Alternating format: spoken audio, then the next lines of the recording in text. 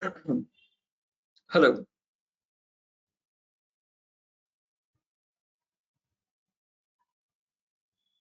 Hello.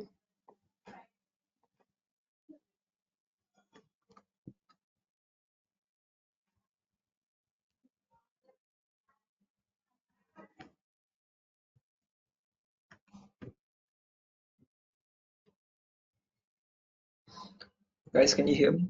Parish Patnaik, Samir Arora.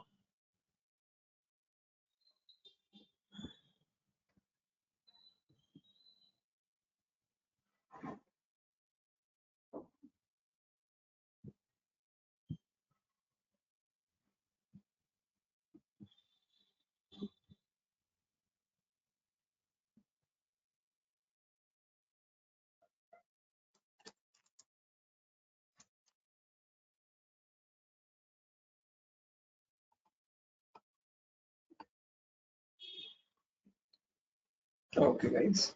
Samir, did you attend the session yesterday already? Or is this the first time? I guess because Paresh has attended the session yesterday. Yes, Shoaib. Yeah. Hi, Samir, did you attend the session as well? Or this is the first time you attended this? Okay, you attended yesterday also. Okay, sure. Let's check if there's any new students for the demo session today.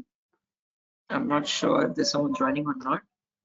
Although if there's no demo session, I mean, if there's no new person, we can continue with our normal queries or technical questions or anything that you have. We can keep this as a Q&A session. Since I've already attended the session, there's no use in attending the same session again. So let's just wait for 5 minutes and see if someone attends. If not, we can have a small Q&A session on the topics. Okay. Sure.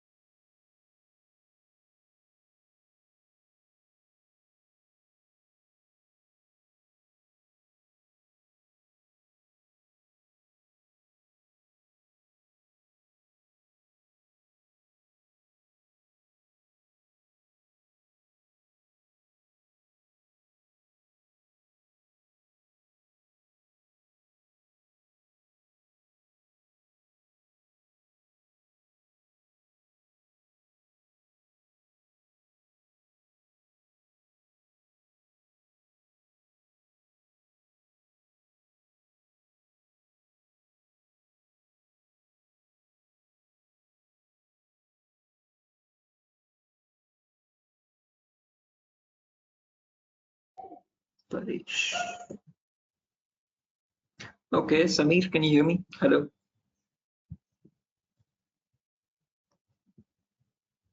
Yeah, I can hear you. Hi, Samir. Yeah, I guess no one else is going to attend the session today. So, any questions that you have that you want to ask me regarding the course or any personal technical questions?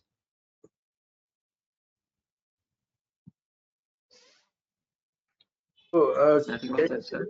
yesterday recording because I joined late and I didn't went through the entire topics. What will be covered in this? Oh, you didn't join the session yesterday? I was Oh, you late joined. half an hour. Oh, okay. I thought you were there the whole session. That's why I didn't start it. Okay, Samir, I'm so sorry. I didn't know that. Anyways, so the session is on certified ethical hacking version 11.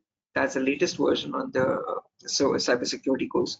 This is the first foundational course for people who are completely new to the cybersecurity domain. Okay, so before we start this domain, the demo, this is a common question that I ask the students: what is hacking? Okay, so just to understand what their perspective on it is. Okay, if I were to define it out, the hacking is nothing but the procedure of trying to find access or trying to gain access to information systems. Okay, that information system could be anything. It could be as small as a mobile device to as big as a web application server. So a hacker tries to gain access to these information devices without the permission of the organization. Okay, and this is done for his own personal benefit. Once he gets access, he can steal the data, destroy the data, or sell it on the dark web for his own benefit. Okay, if hacking seems such a malicious task, why do we have a course called ethical hacking? Is the second question, right? Because our whole course is known as certified ethical hacking. Okay, so when we talk about ethical hacking, on the other hand, ethical hacking is nothing but the procedure of trying to find the vulnerabilities or loopholes. Okay, a vulnerability is nothing but a flaw or a weakness in the application, and your job as an ethical hacker would be trying to find these vulnerabilities and report them to the organization. Again, all of this is done with the permission of the organization, so that you're not breaking any law, you're not breaking any policies. Okay, so everything is done in accordance to the organization's set of rules. Okay, and this is done so that once the vulnerabilities are reported back, they are patched up, and this is done in order to increase the security of the infrastructure. Is this clear, Samir? What is hacking and what is ethical hacking? The main difference between it? Yes. Okay. Now, depending on these two categories, we can try to categorize the types of hackers as well. So there's three important types of hackers. There's someone known as a black hat hacker, there's someone known as a gray hat hacker, and finally there's someone known as a white hat hacker. A black hat hacker is the villain of the story. He performs hacking for his own benefit. Therefore, he tries this in order to get access to information, get access to the information in those devices, and steal them or destroy them or whatever he wants to do with it. On the other hand, the white hat hacker, this is the good guy, the hero of the story. Okay, he's also known as a penetration tester or ethical hacker. His task is to find the vulnerabilities that these hackers are using and report them back and patch them. So once they are patched, the bad guys can't find access to the information systems. Okay. Similarly, depending on these two categories, there's another one called gray hat hacker. This guy is kind of a mysterious guy. He has both the qualities of a black hat hacker as well as a white hat hacker. Okay, he doesn't ask for permission like a black hat hacker, but once he finds a vulnerability, he tries to report them back like a white hat hacker. But again, he does not do that for free. He requests for a bounty back. Now that bounty could be anything. It could be a prize reward or a mention in the Hall of Fame for the organization or anything, so that he can get at least money or reputation. Okay. Now, all these hackers follow a set of procedures. That set of procedures is known as hacking cycle. The reason why these procedures are followed is so that there is an increase in the probability of getting access to the information systems. Again, various organizations categorize these steps into various numbers, but if I had to sum it up, there are 5 important steps. Okay, this first step is known as information gathering. It can also be called as reconnaissance or footprinting.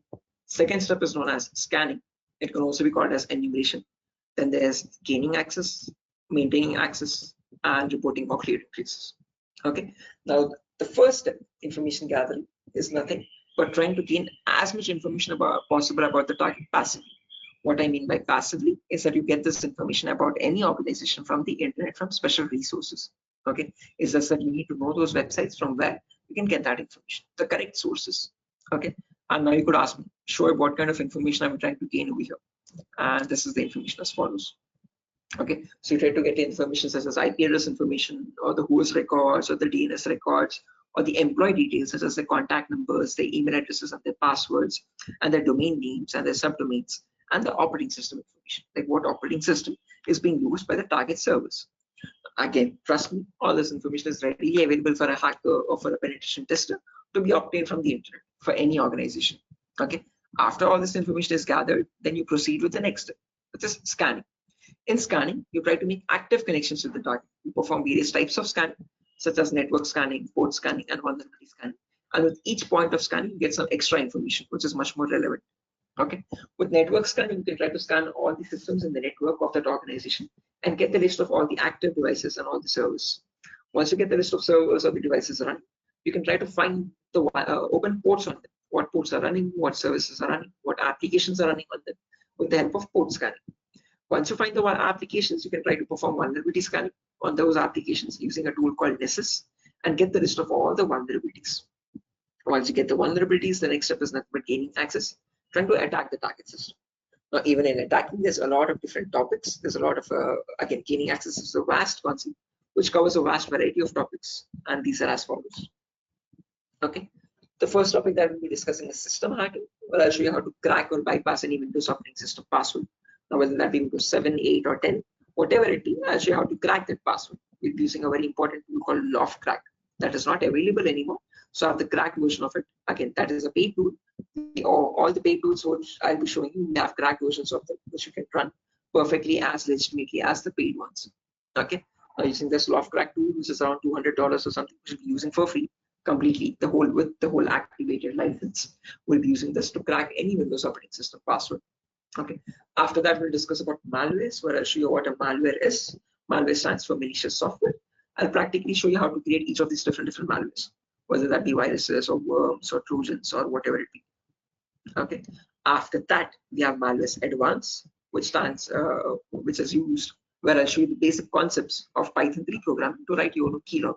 A keylogger is a tool which runs a keylogger is a tool which runs to capture all the keystrokes on the target system.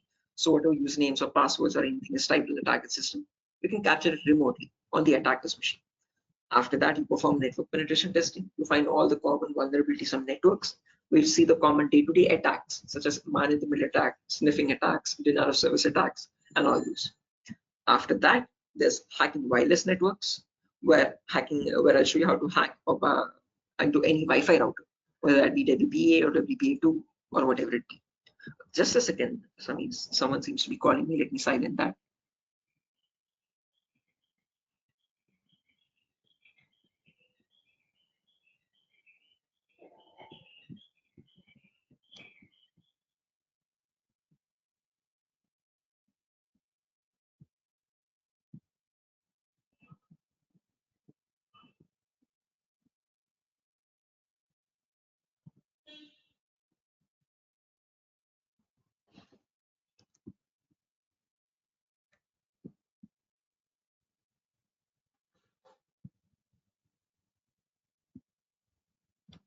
Okay, so sorry for that.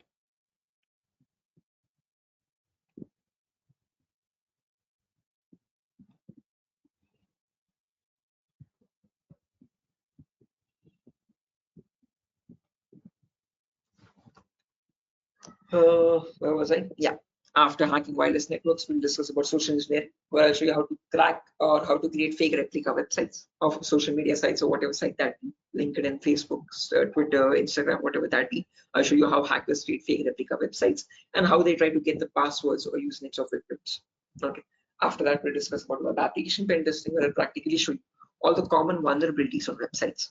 Okay. So we have vulnerabilities like SQL injection, cross-site scripting, broken authentication, file upload vulnerability, and a lot more. So we'll discuss practically how to search for each of these vulnerabilities and exploit them. After that, we'll learn about hacking mobile phones, which is Android penetration testing, where I'll show you how to hack into any Android phone, whether that be 7, 8, 9, or 10. Okay. After that, there's maintaining access, where I'll show you how to maintain a persistent connection with the target system. Even if the user restarts the system or shuts it down and starts it after a while, we try to maintain the connection so that there's no connection loss and we can still transfer data. Okay. After that, we have final step of reporting or clearing traces, where I'll show you how to report, how to generate a report for all the steps taken, or also how to clear all the evidences. Okay, so this is a brief demo, a very short demo on all the topics that I tried to teach in yesterday's class. Samir, any questions on these topics?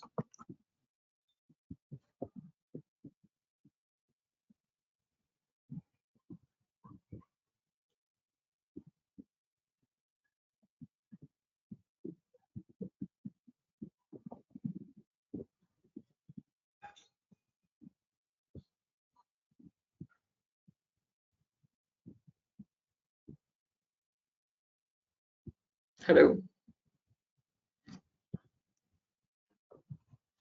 Samir, am I audible?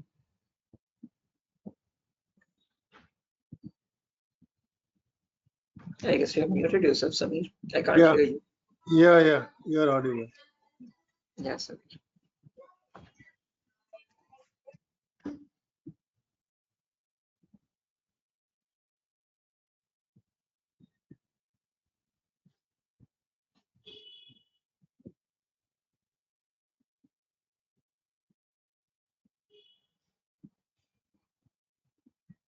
Any questions, Samir, on your end?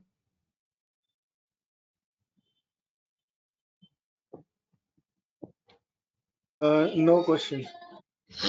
Okay, Paresh, any questions for you?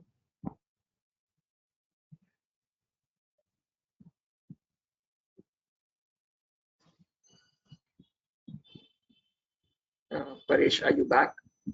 Am I audible?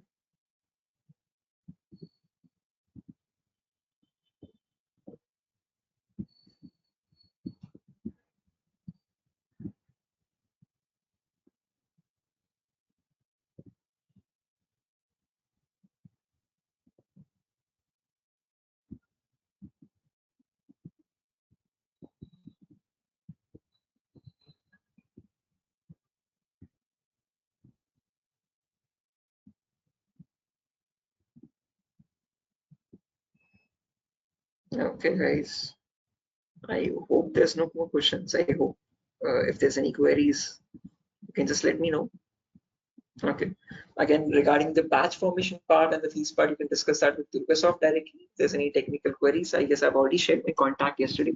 You can ask me on that contact. Okay.